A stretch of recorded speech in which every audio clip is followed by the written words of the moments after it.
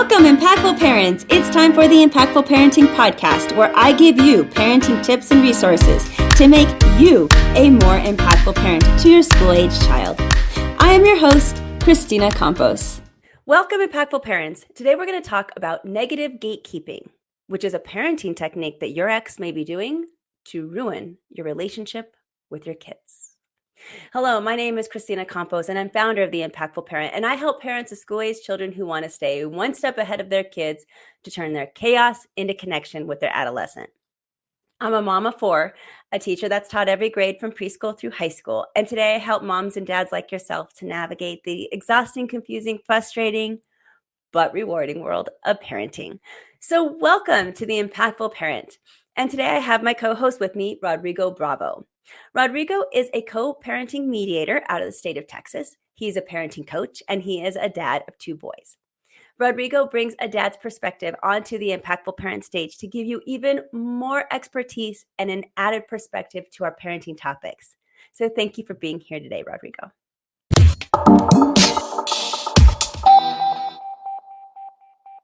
With this episode of The Impactful Parent, I am starting with our guest video that I got off of TikTok right away so we can get started with our discussion.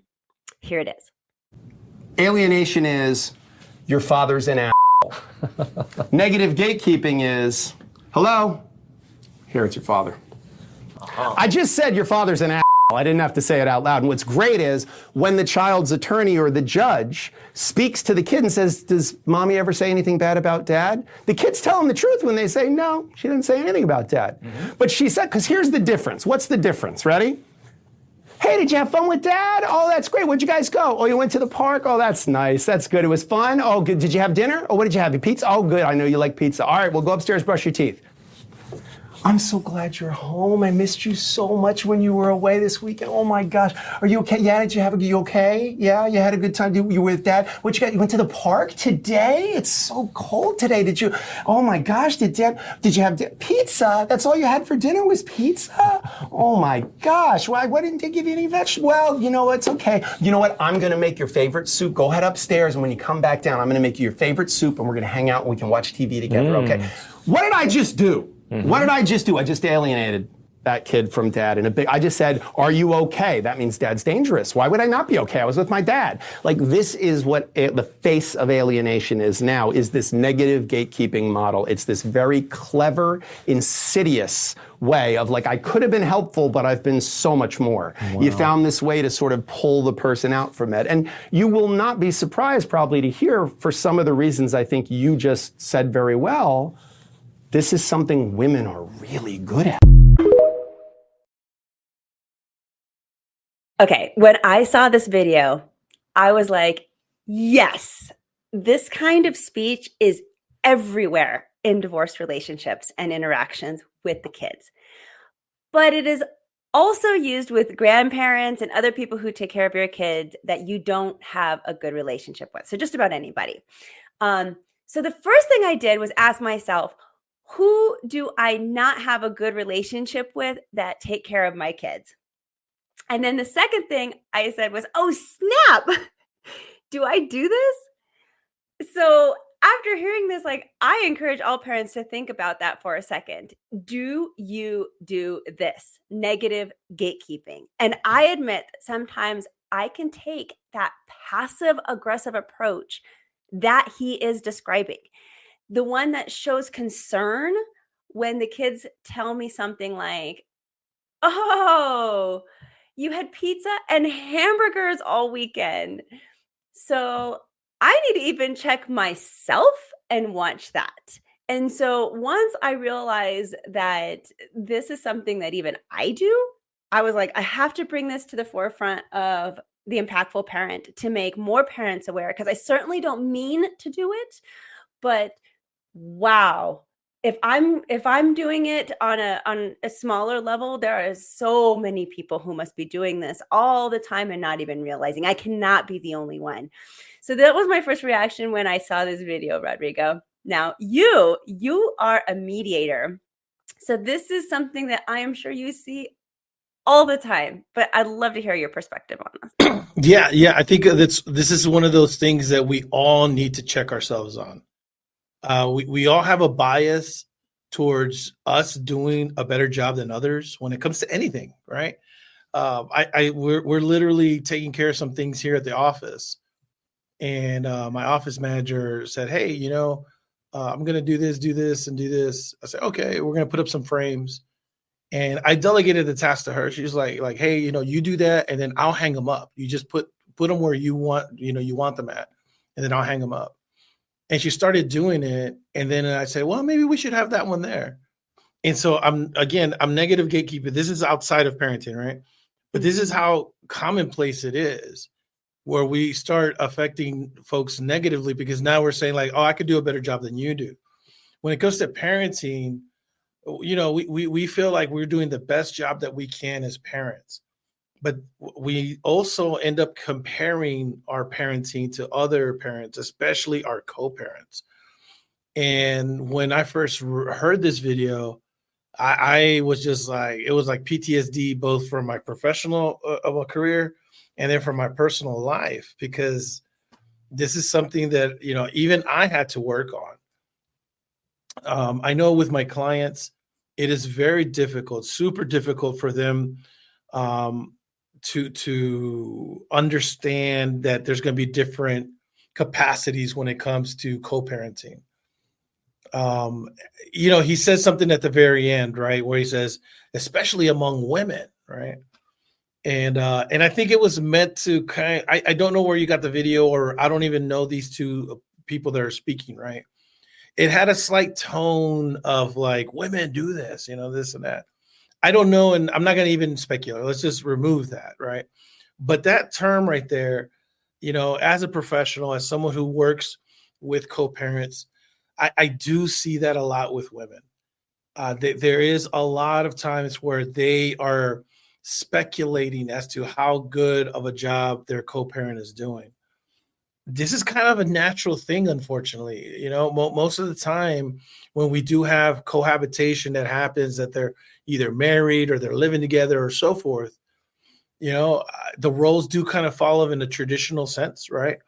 And where women are the main caretakers, even if they have another job, they're the ones that are mostly taking care of things and making sure things get ran and organizing and so forth, right? That when there is a separation and there's unfortunately a breakup or whatnot, they already know that they can parent, and they already know they have to do it, but they don't know if their co-parent knows. And I've spoken, and I'll end right here so we can continue the conversation. But they are also right, because and here's why I'll say this, both from personal experience and professional experience. We're just, when we have a breakup, and we are also men are also accustomed to their traditional roles, right? It is different. We're not. We do things, and we still do it right enough. We're there to meet the needs. Our kids are not going to go starving, okay? But yes, maybe we do give them pizza and cheeseburgers, and we're thinking like, hey, I fed them, they're okay, okay, you're giving them gluten-free and you're taking care of making sure, this and that, and they don't get any sugars after 8. Meanwhile, we're like over here drinking Kool-Aid and playing video games at 11:30 at night, and I say that as a friend did that, not me with my kids. Sure. But at the end of the day, our kids are okay. They're taken care of, and they're alive, right? Yeah. Bottom line, right? And I'm not saying we should settle for the bottom line, but in a lot of fathers' lives, especially during that transition, and we're building up to a better parenting level that maybe meets that. So I'm not saying that women should, feel this way, because they probably are correct. But I do feel that there is times when a lot of my clients, and also I've experienced this myself, where there's so much doubt that it starts creeping into kids. And your kids, we've talked about this so many times, Christina, your kids should not be the vessels. They should not be the ones carrying this burden, having these messages conveyed through them, or them hearing through this negative gatekeeping how you really feel? So there are two reasons why I personally might do this. And I can't be alone again. That's why I'm going to, just share my personal perspective on this. Is one, um, is genuine concern that I don't know how to hold back.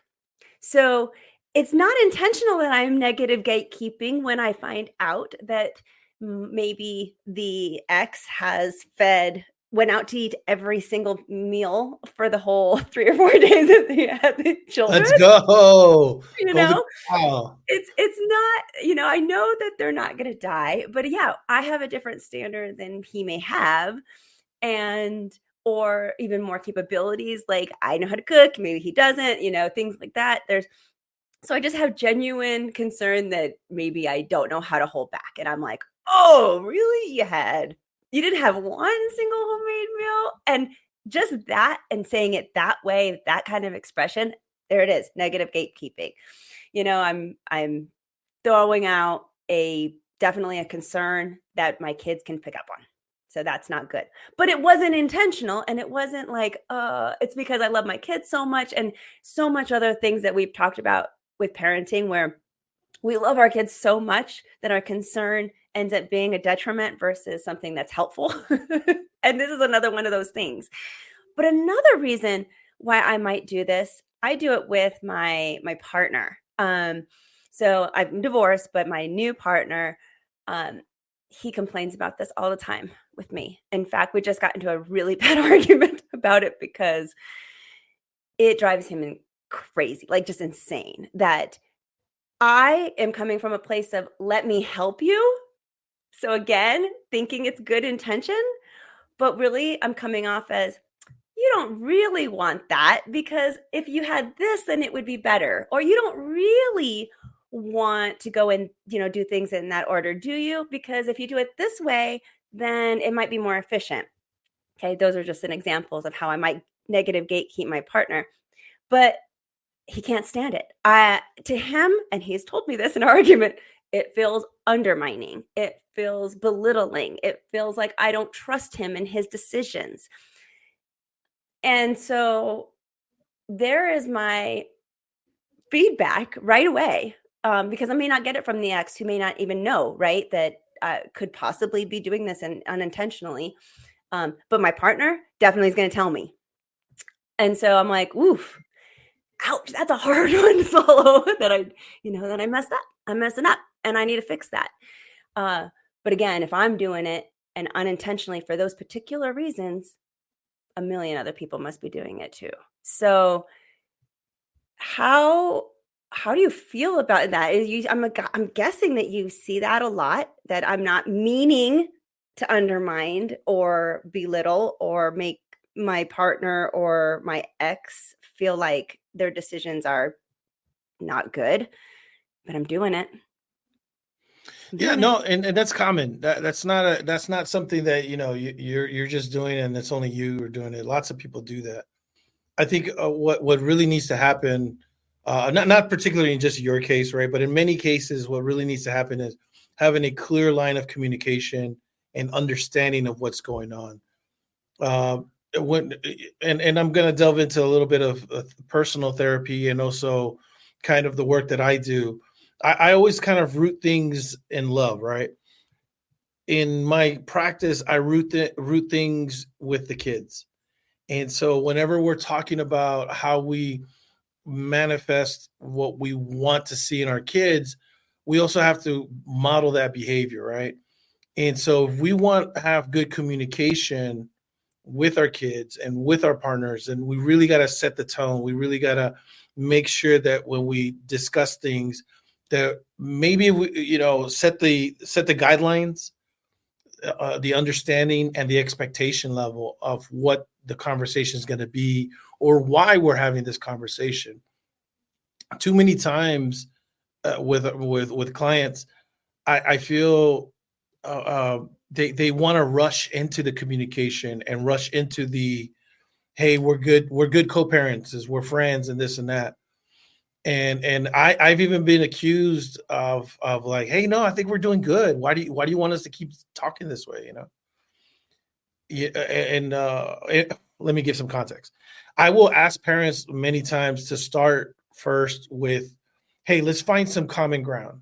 So one of the techniques that I always do is like, hey, what are the rules at your house? What are the rules at your house?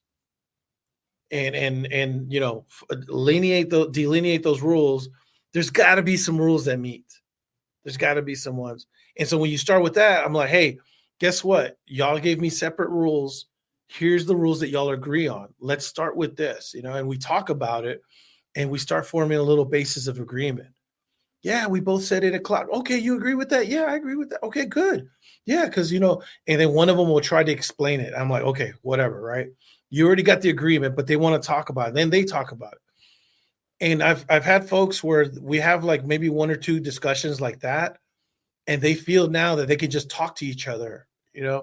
But the problem is that they still haven't laid down those rules, those communications. I'm the one that's done it for them, and I'm slowly easing them into it, because then later on something happens where they take a communication the wrong way. I'm sure, Christina, in your example, you were trying to be very helpful. You were trying to, hey, look, let's try it like this, or hey, have you considered this and that? you know but maybe he wasn't expecting that, and instead he took it as like, oh, well, am I doing it wrong? And so forth, right? And that happens. That does happen. I try to tell my co-parents, like, hey, let's make sure that we continue communicating this way, and slowly ease into it where we are able to take kind of constructive feedback, and maybe take these moments where we are learning from each other, because it is a beautiful thing once there is success there with the communication. But let's go back to the negative gatekeeping, right? Where we were talking about, like, how is it that maybe I'm doing it unintentionally. And I think the basis that I was starting off with was, it needs to be rooted in what you're trying to accomplish. When you're doing this negative gatekeeping, you really are trying to accomplish doubt. You're planting these seeds of doubt in your kid's mind. The video does an excellent job of that, because what she's phrasing is exactly what someone would phrase if they were asking genuine questions. It reminds me of that particular exercise, right? Where show me how you say shut up, right? And so somebody says, shut up, or somebody says, shut up, or shut up. Like there's so many different ways, or stop, right? And it's like, stop, right? I was like, oh, stop, and There's I so don't want many to go different further meanings. with, yeah, there's different meanings based on how you say it. What's that famous study, Christina? I want to pull it up, but there's a study that says language communication and message delivery is, I think, 20% vocal and 80% body language, Oh, or, yes. or Yes. something like that, right? Yeah. And I'll end right here. So it's super important. What is your purpose? Is your purpose really to build a good, successful co-parenting relationship? And if it is, then you do need to make an effort to start building those good communication parameters. I'm not saying you got to be fake, okay? I'm not saying you gotta like be cheery and like, oh, this and that. You're not gonna do that, and I don't want you to do that. But for your child's sake, right? You do need to be neutral. You do need to show, an appreciation that your child is safe, that your child came home, that your child is hopefully, bathed and isn't, in tatters, or whatever the case may be. But there has to be something there that you can give your child back, because it's okay to talk about your child's activities. And it's okay. I do that all the time with my kids, and my kids are grown. But when they were little, I would ask them, like, hey, so how was your week with your mom? And hey, it's been a while, that you did this and that. And I'll say this: I always knew to not have that negative tone with them. Now, did I say some stuff that maybe did imply that? I probably did. I don't really recall that, but I'm pretty sure my bias may have like slipped out a couple of times with that. But I do remember having a positive framework. I do remember also my son, my oldest especially, recounting times where his mom would have this negative gatekeeping. So there is this one particular instance that I do remember and recall that came up vividly when I saw that video that reminded me of this negative gatekeeping. And it was like PTSD. It just came up, and I was like, wow, yes, that is exactly what that is. And I'll share that later on. But yeah, I think it's just a matter of just finding that right communication style. Well, I want to hear your story because I'd love to get these examples to the audience on how we do this all the time. Because for me, when I saw it, I was like, now that I'm aware that this is something that I could be doing from time to time without knowing it, for those reasons I said, I was trying to be helpful or I just couldn't help myself. Now I can monitor it, I can reel it back, and I can be better. Now, there's other people who are definitely doing this on purpose in a passive aggressive way to be manipulative. And that reason we can't dismiss either. So it's not always unintentional. It could be very, very intentional. And that's just actually very cruel if you're doing this on purpose. But it's in a very effective way to influence your children or your partner, whoever you're negative gatekeeping with. And it's a way to obtain control. Right. And I think that's one of the things that when I look down deep into my gut and say, why am I doing this, even though it's unintentionally, it's because I am trying to grasp at straws through the air to grab some kind of control. Can I control my kids' eating habits while they're with their dad? No, I can't. But I'd love to, and I'm trying to grasp at straws, I think, deep down. Can I do I want to help my partner make better choices? So I'm grasping at the control there by saying, you don't really want to do that. You would rather do this, wouldn't you? Because this would be better. So I feel like this happens so much. And with women, when we do talk about that women are really good at this, I think women in general just are good about being more passive aggressive. We are more passive aggressive people versus men. And that's just our upbringing. So no wonder that the video and you, and I also agree that I think women could be better at this technique because that's how we have grown up to be aggressive, to show our opinions, where I feel like men had more permission growing up just speaking their mind. Women are not allowed to do that nearly as much. We've been stifled throughout the ages. Now, I'm not saying that's right because it's definitely not, but it is a reality of how women grow. And so, No. I'm glad you added that last part. Okay, I'm glad you added that last part. yeah, I was a little like, okay, and then you added that last part. That's very important because whatever behaviors are kind of prevalent among women in business situations and society and whatnot, it definitely was because of that. There was no way to really kind of share your opinion. So the way you would share your opinion is kind of passively, right? And that was just the only way to do it. So no, I agree with that. I think when we're talking about that passive aggressiveness and trying to kind of sneak in our opinions, and this falls on both sides in many cases. But I think it does happen where we are able to do that through this negative gatekeeping. And I think that was probably the best example when the gentleman said, "Oh my God, I missed you so much." yeah, That really, I've heard that on the other end, and it really I could just tell the pull that it had on my son, and it was very unfair to him. And that's not what we want to do to our kids. They already know we miss them. They should know. I mean, you don't got to tell them that. You don't got to, if you do it in a loving way, great, But in this particular case, it's definitely manipulation. You're making the kid feel guilty for spending time with their co-parent, and that's not healthy at all. Our kids don't deserve that. They don't need that. It's not bad to say that you miss them, but have the conversation first.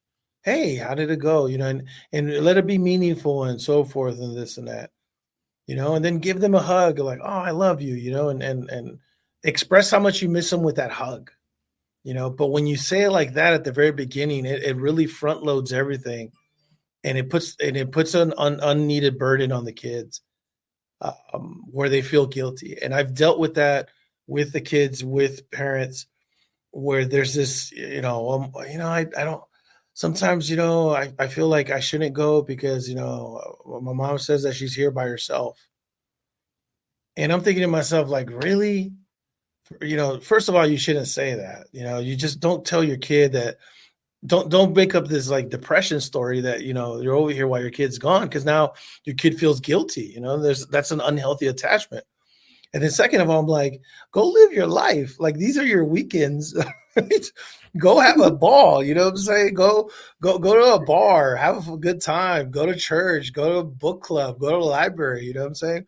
That guy that you've been looking at, I'm saying, invite him in, I'm saying, whatever, do some fun stuff, but you should not be, lonely on your weekend. You should not, well, let me rephrase that. You should not be like sad and, and just moping Sitting around. there Like, twiddling your fingers, waiting for your yeah, kids to twiddling come your home. fingers, watching watching your, oh my God, what time is it? And this and that. 5:59 on Sunday, like, oh, come on, live your life, and so I would say, when we do that and we put that unnecessary and unneeded burden on our kids, we're actually doing more damage to them. That I think if anything, if any message you get, it's that we're actually hurting our kids with that kind of behavior. And if you truly love your kids, you won't do that. You'll refrain from that, and you'll figure out a better way to express how you feel. Again, not to say that you shouldn't express it, but you should be mindful of how you express it. Oh, absolutely. It just shows how our reactions, the little things that we say, and more importantly, like you said, how we say it, golly, it just affects so much. And it really does trickle down and affect our children, and a lot of times in heavy ways. Like you said, now our children feel guilty for having to go see their parent when they have to go. Mhm.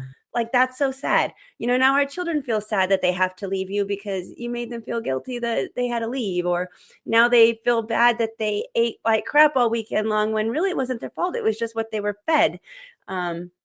So yeah. And I want to make a point about that. It doesn't mean that you have to accept things that are wrong, that you feel, need to work on. That's just not the time and place to bring that up. Yeah. That delivery needs to go with your co-parent. When you find out this and this and that, and again, here's where it gets tricky, okay? Because you need to have a good communication relationship with your co-parent to have these conversations. Because if you ask your co-parent, if you tell your co-parent, the next, let's role play for a little bit, Christina. Okay, let's just role play real quick, all right? And let's actually use that example of pizzas and hamburgers. Okay, Okay. you're calling me. Okay, I'm your ex. Okay. Okay. Okay. I already feel dumb, because I left you. I'm kidding. But I know that I fed my kids pizza and chicken and hamburgers and stuff like that. You found out through the kids, right? You're calling me now. Let's go ahead and just role play that real quick. And I'm doing this for an example. Okay. Hey, I was just talking to the kids, and it sounded like the kids didn't eat very well this weekend. Like, they said they ate out the whole weekend long. Yeah, no, we did. We had a pretty busy weekend, but no, they were fed. Did they say they were hungry when I dropped them off? No, they didn't say they were hungry. They just said they had like pizza a couple different times, and I'm kind of worried about them. So you're not questioning my kids about what we're doing in our time? Yeah. No. Time out. So that's what I'm saying. Like, you got to have a good relationship, communication wise, with your co-parents to have that conversation, because it can derail pretty quickly. They can take it as judgment. They can take it as criticism. So if you don't have that bridge yet, you can't really have that conversation. Yeah, I tell my co-parents this all the time. Again, especially my mom clients, I tell them like you're gonna have the conversation one day, but we got to build over here first, and then you got to build over here, and then here, and then finally the bridge connects, and now you can have these kind of conversations. Because if you're trying to have conversations and y'all barely building the supports, well, it's gonna fall. That's not gonna work at all. And so let's do this again, but this time I will say like, hey, we've already had good conversations. We've established build a trust, and this is a conversation that would go between you and I. Let's start over. Go ahead. I heard that the kids have been eating out all weekend long. Is that true? Yeah, we had a pretty busy weekend, so unfortunately, we did eat quite a bit of fast food, and we went out to a couple of restaurants. Well, I'm a little worried about them not eating well when they're with you. Okay, what's the worry about? What exactly are we talking about?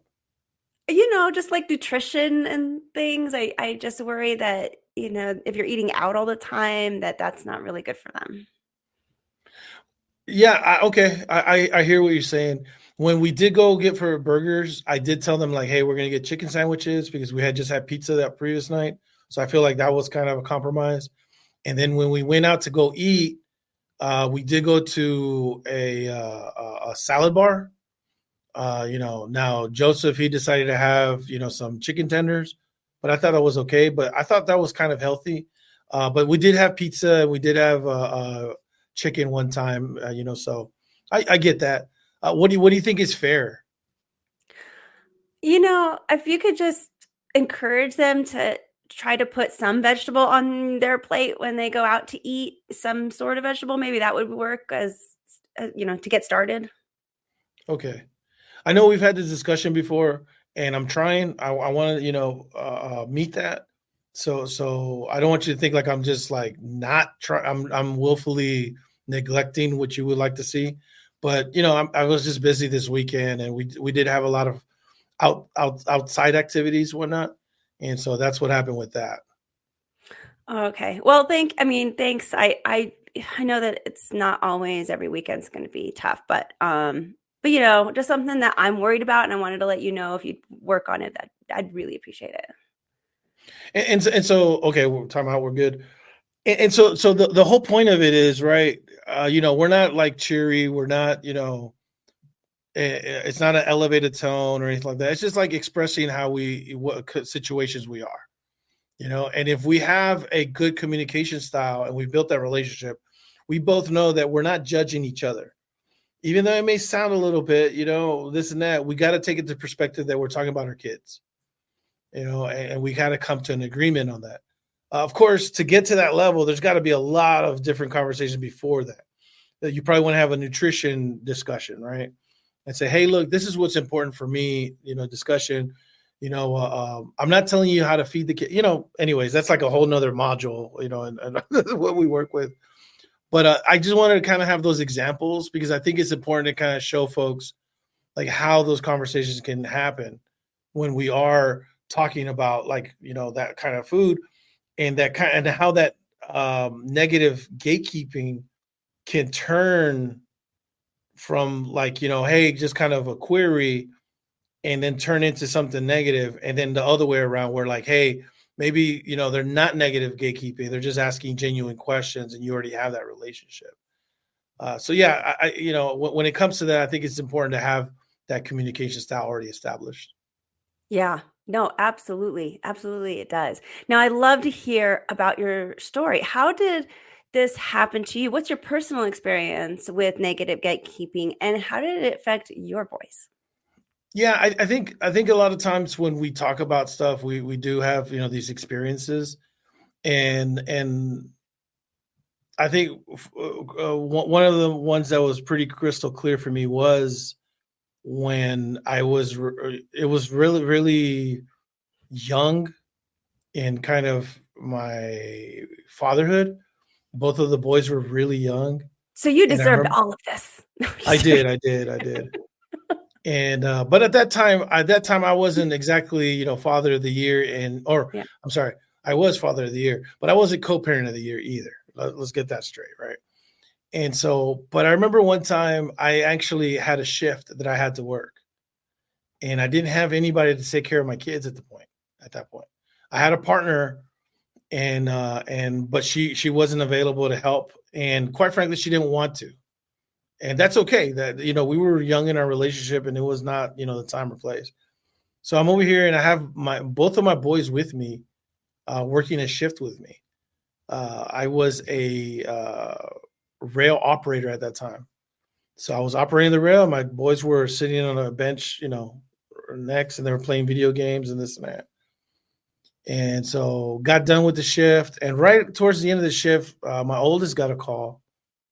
And he got the phone. And this was back when we had like those little flip phones, and it was old school, And I was packing up the bag, and then I could hear, the conversation, and it was exactly that. I said, "I miss you so much. You don't want me to come pick you up right now?" And it was really, I was mad because I was doing the best that I could at that point. I was, and I hate saying a single dad, because, I don't know, but I was doing the best that I could, and I was working and doing my thing, but I didn't have somebody. It was my weekend. I also didn't want to give up my boys. The shift was during the shift. It was only like a 4-hour shift, but I didn't find anybody to take care of my boys. And I was like, okay. Long story short, at the end of that conversation, I asked my son, I said, "Hey, it's okay if, if you want me to drop you off early, And my son looked at me, he says, "Yeah, I want, can you drop me off early?" And I was crestfallen, right? But I could see that tug on my son. And I could tell that he was just like torn. He wanted to spend time with me. He didn't really care if he was just sitting on a bench and I was like, 4 feet away, operating a vehicle. He didn't care. He just wanted to be there, And my other one, he was younger, so he was sitting next to him. They were just there, but he wanted to go. He's like, "No," and I could just tell that tug. And I knew, I obviously I was very young. I wasn't where I am now. I definitely didn't have the healing that I have now, nor the co-parenting experience that I have now. But even then, I recognized like how insidious that was, like how I wrong that love that was. example though, Rodrigo. Thank you for that, because I I want parents to hear the other side of what that, from the receiving end of negative gatekeeping, and really what that does, not just to the kids, but also to your parent, your ex, whoever's taking care of your kid. And we've talked about this before, how moms are very easily fall into this resentment with their exes because our expectations of how to care for our kids is so much higher than sometimes a dad's, and how we expect that the fathers should be able to perform at this higher level when they don't really have the practice at it the same way we do. And so how can I expect my ex again to cook 3 meals a day for his entire weekend when never has he really ever cooked before in his life? I was the one who did all the cooking. Why would I expect that now that he has the children to be able to cook 3 meals a day? Come on. I mean, and that's my own stupid expectation, right? And That then I think about it. What is he gonna cook? What do you think he would cook? No. right, I'm telling you it's gonna this be macaroni because and I cheese, cooked. Yeah, right? yes. There you go. It's the See, macaroni. That's always the go-to first one, the craft in the box, And Christina, you don't then know how many times that saved me and the boys. Okay, when I say, "Well, hey, what do y'all want to eat?" and I would shake like 4 different boxes. Okay, yep, and I'd say, "What do y'all want?" And those things are not that healthy. Okay, these hamburger helpers and all that stuff. no. It says put half a stick of butter and and ground beef and this and that. So I mean, what are we really talking about sometimes, right? Like, okay, I want you to eat healthy, and then they're gonna cook. He'll cook meals, and you're thinking like, okay, he's cooking at home, but he's just cooking that, So yeah, it's definitely, you're absolutely right. Spot on analysis on that. And I think the bigger point you're making, which I wholeheartedly agree with, is giving a little bit of grace, Yes. and understanding like, okay, let's give a little bit of grace, understand like the roles and so forth. It doesn't mean that you have to completely abandon your principles and what you feel is right, but let's give it a little bit of grace and let's ease things into how maybe you think they should be. And again, you're going to have to compromise. You're definitely going to have to compromise. We talk about that a lot, Christina, how, hey, one household is going to be different from the other household. When I explained the rules thing that I talked about earlier, that's another thing. The rules don't match too. So there's got to be compromise on those rules. I remember one time, I mean, it was what was it, 8:30 bedtime, and the other one was 7:30 bedtime. And it was, no, it should be this. No, it should be. It's like, yo, it's just an hour, y'all. Can we just meet 30 minutes and make it uniform in both houses? No, it's because I was like, okay. Finally, eventually we did, but there is compromise as well. So just understand that, we got to realize that, two different households are going to be two different households. One final point with the negative gatekeeping, it's very insidious because and I wanted to make this point because a lot of it is based on emotion too. Oh, And I think a lot of it is emotionally manipulative. And I really encourage people to watch those videos a few times because the gentleman does a great job of kind of like even facial expressions, body language, and the way he just reacts to stuff that you could tell that if you were a kid, you would know the message that's being sent. absolutely. Yeah. And so I Now, think that's an important note. I want to flip things around a little bit and say, what if you're a parent on the receiving end of all this negative gatekeeping? Just like yourself in that example that you gave, that your ex or partner or whoever is taking care of your kids or whoever is negative gatekeeping you. So, what strategies or interventions can parents use to prevent the negative gatekeeping from affecting their relationships with their children? What do you think? I actually am very much a supporter of giving your co-parent a summary of the previous time that y'all have had. So in other words, there's no surprises, there's no anything. You have pre-discussions basically. So on the typical, standard order of possession, right? The father comes by, picks up the kids on Friday, the kids doing their things, this and that. And then maybe like on Sunday, I'm saying at 3:00 or in the morning or something, right? I mean, some of my clients, or I'm sorry, some of the folks I work with, they maybe send a text or they call, but they say, hey, just letting you know, we ended up going to the water park. We ended up going, here. We did stay up late on Saturday at 11:30, this and that, But, I made sure to get them up this morning pretty early. They did some chores. And so they'll probably be tired by the time they get to your place. But, I fed them this and, blah, blah, blah. And so you address any concerns that, and in this case, the father, right, is trying to address any concerns beforehand and trying to, let the co-parent know what's been happening, what's going on, and what exactly happened. Because then if there's any like point of discussion, that transparency should give you a little bit of like breathing room. Like, oh, okay. You said 11:30. Why so late? Oh, we just got caught up on the game. Whatever, right? And that might be a point of contention, but at least you're having it beforehand. And now whenever the kids, there's the exchange. If you do ask those questions, you already kind of know the answers. So it's not, it's not going to surprise you. You're not going to have these expressions and this and that. But they may seem a little bit more genuine in the sense like, I already know the answers from him. What about my kid? How did my kid feel about that? And so now you're more interested and focused in your kid and your kid's response and how they interpreted what the activity was. So you're not thinking, okay, they went to the water park. And here's my the thought process, right?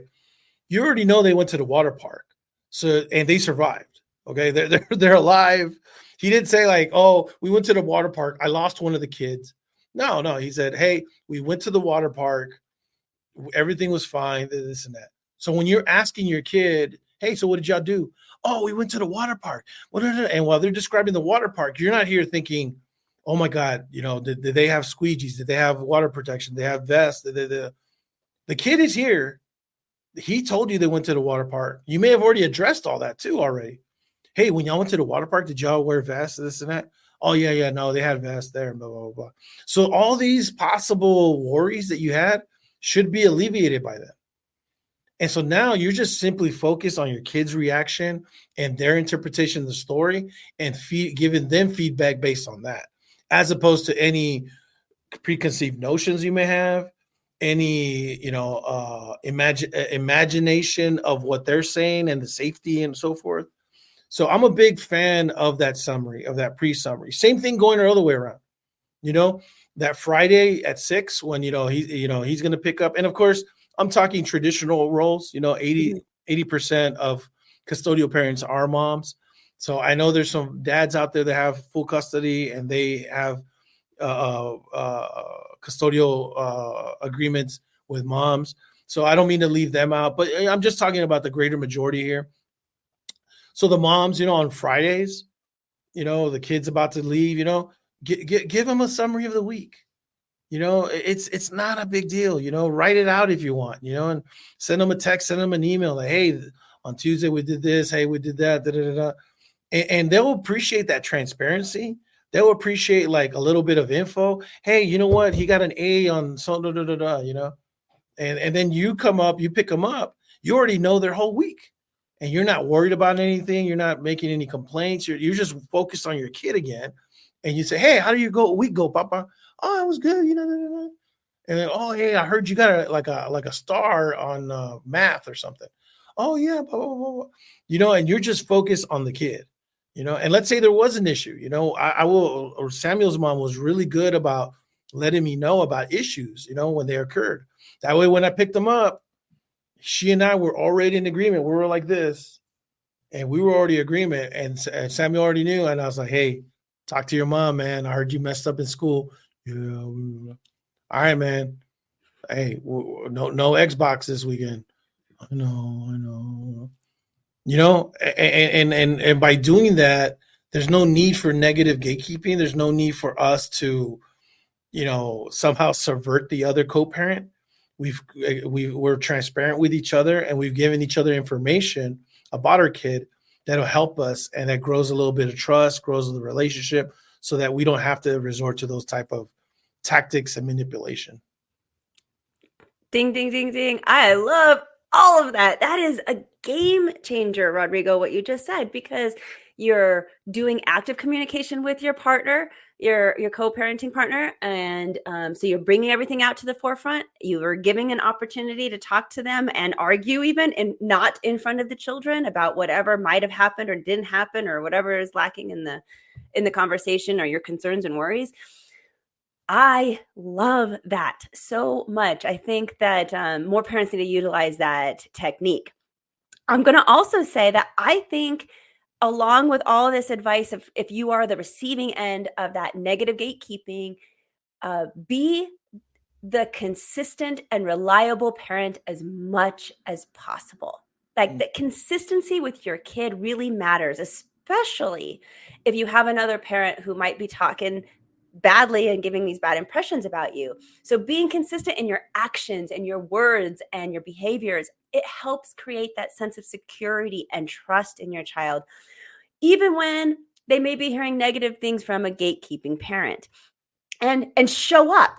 You have a story about this where you showed up for your kid always, even when things weren't so great, and there might have been some gatekeeping happening there with you and your ex, but always showing up when you say that you will, making it a point to attend those important events in your child's life and maintaining that presence in their day-to-day activities. And lastly, with that same line of thought, is following through on promises and commitments and reinforcing that trust. And it just can help counter any of that negative influence that gatekeeping can have. Do you have any other suggestions for our audience?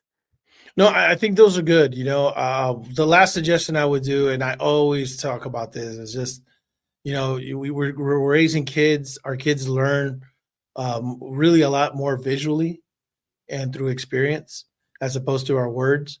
So model the behavior you want your kids to be, because guess what? Your kids are going to model the behavior that they see. Doesn't matter if you think you're being smart and like tricking your kids or fooling them. No, your behavior is going to come out, and they will see that, and they will act accordingly. They'll think that that's the right behavior to do. So if you are lying, they'll think that lying is okay. If you are manipulative, if you are emotionally detached, unhealthily attached, I don't know, crazy, disturbed, wild, loud, whatever the case may be, your kids are going to think that's okay. They think that that's going to be the route to take. And so we've got to model the behavior that we want our kids to have. And that means that building our own character, making sure that we are the best versions of ourselves that we can be. I think that would be I always say that anyways, right? But I definitely think that that's something that everybody should do if you want to, have good kids that see good examples of behavior that's occurring in their lives. Oh, modeling that healthy conflict resolution is huge. I mean, Yes. kids learn how to deal with conflict by watching their parents. So if you're a yeller, they become a yeller. If you're passive aggressive, they become passive aggressive. And it is what it is. Now, I do have a question for you about documenting. Do you feel, as a mediator and just your experience working with court systems, that is there any benefit, or should parents document negative gatekeeping behaviors, like keep records? And is it something that we could take legal action on if you are the recipient of such really bad gatekeeping behavior that it's affecting your child and you can't, how does that work if you're on the other end? Yeah, that's difficult. When I found this term negative gatekeeping and I was looking at the video, it also reminded me of a term in the business world called malicious obedience. Are you familiar with that term? No.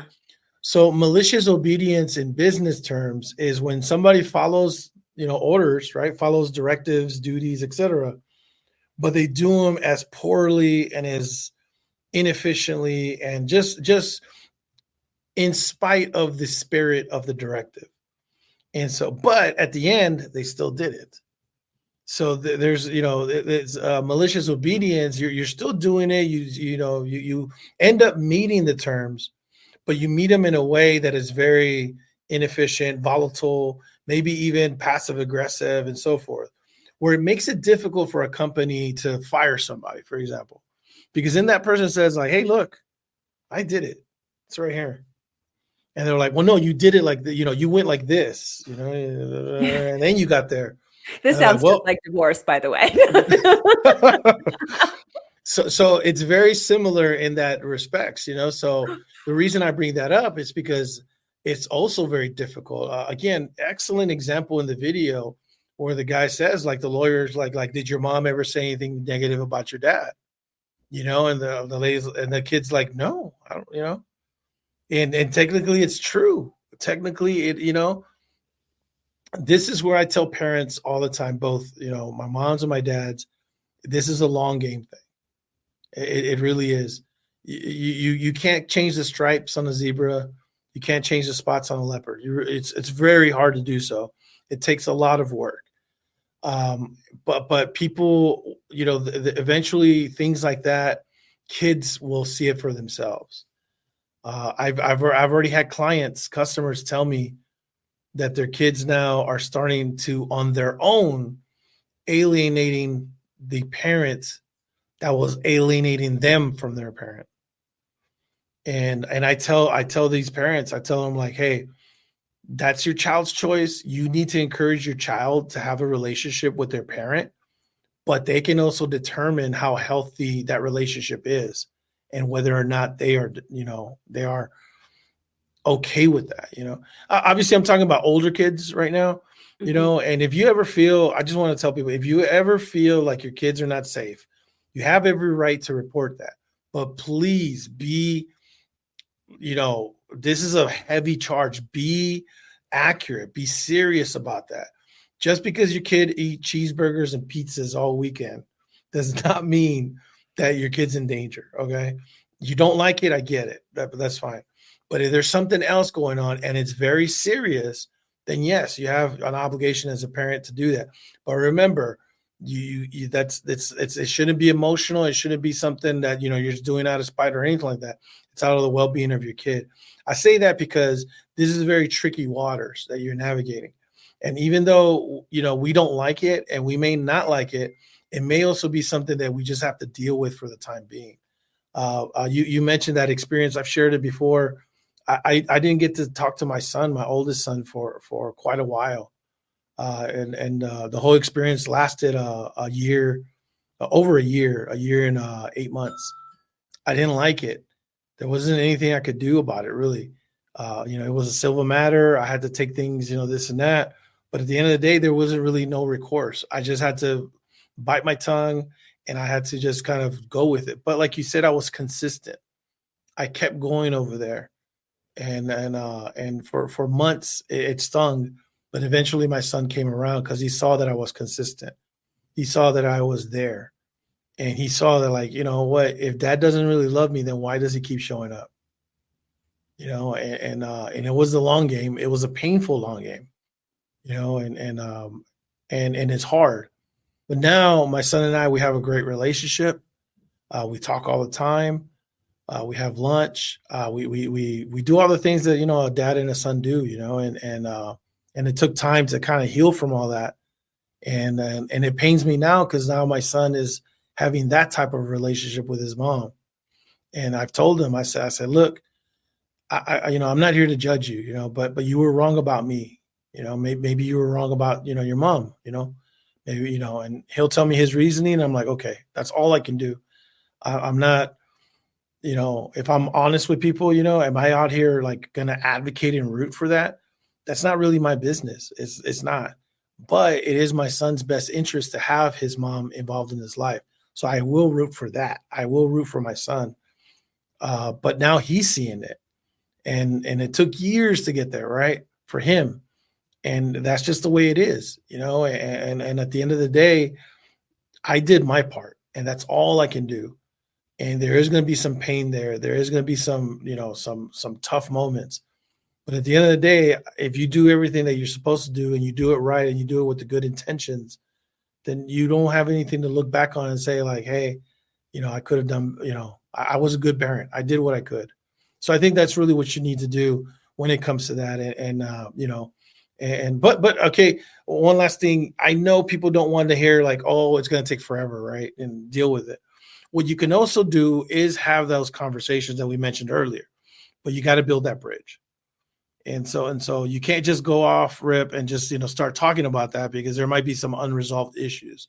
So that's where I would definitely recommend getting with Christina and having the impactful parent help you with that, because it's something that, as parents, maybe we don't know how to do that. And that's okay. There's no guidebooks out there, for how to communicate with your co-parent or how to communicate with your kids or how to do this and how to do that. So I definitely would recommend like, hey, if, you really don't know what's going on, go to some online resources, but also, lock in with Christina and see where she can fit in and help you with that. Well, you're the same as a mediation. Like if you want to go into mediation, Rodrigo's amazing. Like, 'cause maybe you're at a point where you can't talk to your ex without it blowing up. Like that'd be a case where maybe you need that third party like Rodrigo also to help you with that so we can get past this. This is all so emotionally charged. Like there's so many emotions behind all of this negative gatekeeping. It's overwhelming, whatever side that you're on, whether you're doing it intentionally or not. There's so many emotions happening. What are your last thoughts, Rodrigo, for parents who are experiencing negative gatekeeping? I'm going to stress the communication levels. Having that professional help when it comes to communication is super important. If you're not able to establish that on your own, and it's super difficult to do so, okay? A lot of people put up with the problems too. And that's if you're willing to deal with it, that's fine, but you don't have to. That's the thing. You don't have to. I think folks think that it's going to be an endless time in either therapy or coaching or consultancy or something like that. The majority of my clients, we last maybe 3 to 4 months. And after that, it's kind of like, hey, they're on their own. We're good to go. Does that mean that they're super transformational and everybody's like hugging and yeah, it's great? No. I'm just saying like they understand where they're at now after 3 to 4, 5 months or so. And they understand and they're like at a good foundation. Sometimes they'll call me back, and they're like, hey, need help with this. Hey, da, da, da. But it's not a hard process once we start building on some common principles, some core principles that we all agree on. And the bottom line is we love our kids. And if we can start there, then we can start building from there and we can start understanding each other that, hey, maybe, I love my kids this way. You love your kids. You love the kids this way, but here's where we love them together, the same way. And let's build on that. And then we'll get those differences settled out. So I think really it's about communication, and really resolving those issues, resolving stuff. A lot of it does have to deal with therapy. A lot of it does have to do with counseling. I don't think people should be shy away from that. There's so many things that prevent us from being the best versions of ourselves, like that, like trauma, like the healing, accountability, things of that nature. So I think, we want to have these conversations, but people have to be ready to have these conversations. And I think a lot of times people are just not ready. Find out if you need to be ready to have these conversations. Because I'll end right here. I know so many folks now that have gone on to better themselves, and it helps everything in their life. I'm a testament to that, where, you heal, you go to therapy and you do your thing and you finally feel like, okay, you know what? I know what I'm supposed to do. And you're doing your thing. And it doesn't mean it fixes everything, but at least you've done your part to fix what you can fix. And if you start there and you're the best version that you can be, you'll also be the best parent that you can be, and then hopefully raise the best kids that you can raise.